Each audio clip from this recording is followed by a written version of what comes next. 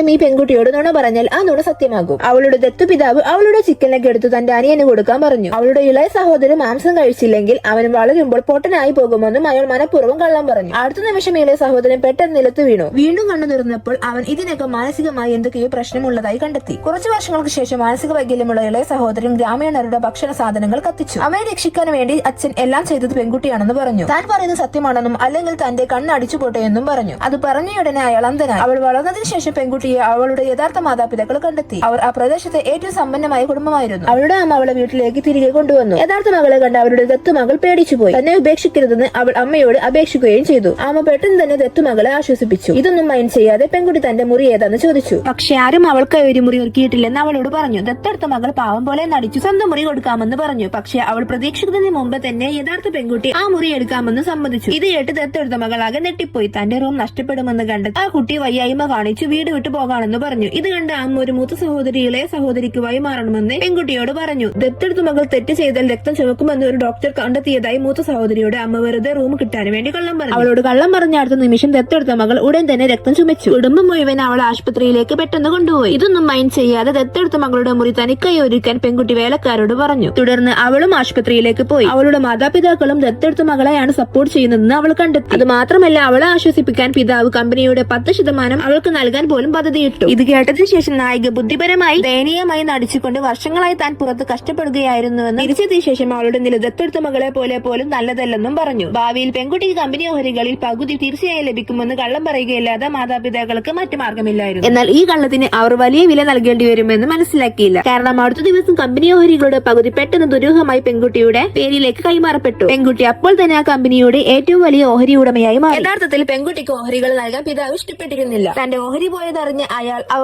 ഉടനെ തന്നെ തിരിച്ചു നൽകണമെന്ന് അവളോട് പറഞ്ഞു. എന്നാൽ പെൺകുട്ടി അതിന് സമ്മതിച്ചില്ല. പക്ഷെ അച്ഛൻ ഈ ഓഹരികൾ ഉപേക്ഷിക്കാൻ ആഗ്രഹിച്ചിരുന്നില്ല. അതുകൊണ്ട് തന്നെ അടുത്ത ദിവസം നടന്ന ഓഹരി ഉടമകളുടെ യോഗത്തിൽ അദ്ദേഹം വ്യാജമായ ഒരു വിലയിരുത്തൽ റിപ്പോർട്ട് അവതരിപ്പിച്ചു. അതിൽ ദത്തെടുത്ത മകൾ അയാളുടെ യഥാർത്ഥ മകളാണെന്നുള്ള DNA റിപ്പോർട്ടുകളായിരുന്നു. അതിനാൽ തന്നെ പെൺകുട്ടിയുടെ അടുത്തുള്ള ഓഹരിയും ദത്തുപുത്രിക്കും അവകാശമുണ്ടെന്ന് പറഞ്ഞു. ഇത് കേട്ടപ്പോൾ നായിക മറ്റൊരു DNA ടെസ്റ്റും കൂടെ നടത്താൻ നിർദ്ദേശിച്ചു. അച്ഛൻ അതിന് സമ്മതിക്കുകയും ചെയ്തു. പക്ഷെ അച്ഛൻ ദത്തുപുത്രി സ്വന്തം മകളാണെന്ന് പറഞ്ഞ നുണ സത്യമായി മാറുകയും അവൾ പുറത്ത് രണ്ടാം ഭാര്യയുടെ മകളായി മാറുകയും ചെയ്തു. റിസൾട്ട് വന്നതിന് ശേഷം പെൺകുട്ടി അമ്മയുടെ അടുത്തേക്ക് പോയി. ദത്തെടുത്ത മകൾ ഭർത്താവിന്റെ കുട്ടിയാണെന്ന് അവൾ അമ്മയ്ക്ക് കാണിച്ചു കൊടുത്തു. അപ്പോഴാണ് തന്റെ ഹസ്ബൻഡ് തന്നെ വഞ്ചിച്ചുവെന്ന് അമ്മയ്ക്ക് മനസ്സിലായി. ഇത് കേട്ട് അവർ ദത്തു മകളെ വീട്ടിൽ നിന്ന് അടിച്ചു പുറത്താക്കി.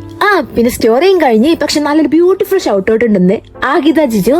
Thank you for commenting, thank you for supporting. നിങ്ങളെ പേര് ഷൗട്ട് ഔട്ട് ചെയ്യണമെന്നുണ്ടെങ്കിൽ കമന്റ് ചെയ്യാൻ മറക്കരുത്. Bye travellers, will see you with another video.